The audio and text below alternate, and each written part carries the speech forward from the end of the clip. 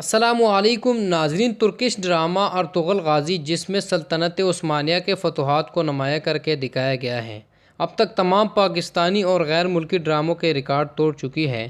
پاکستان کے سرکاری channel P T V پر دکھائے جانے والے ارطغرل غازی کی پہلی ہی ایپیسوڈ نے یوٹیوب پر تباہی مچا دی اور صرف 4 دن کے اندر 1 کروڑ سے زیادہ ویوز کراس کر چکی ہے، اور اس کے ساتھ صرف 12 دن میں 16 لاکھ سبسکرائبر حاصل کیے، جو کہ ایک عالمی ریکارڈ ہے۔ پاکستانیوں نے جوش دلی سے اس ڈرامے کو پاکستان میں دکھانے پر خوش آمدید کیا، اور اس کا واضح ثبوت یوٹیوب پر دیکھے جانے والے پہلے ہی ایپیسوڈ سے معلوم ہوتا ہے۔ عمران خان نے اس ڈرامے کو پاکستان کے سرکاری چینل پر دکھانے کا حکم دیا، جس کے بعد پاکستان کے سرکاری چینل پی ٹی وی پر اس ڈرامے کو اردو زبان میں نشر کیا جانے لگا۔ ارطغرل غازی ڈرامے کی کہانی کا ایک قبیلے کے سردار شاہ سلمان کے بیٹے ارطغرل کے گرد گھومتی ہے۔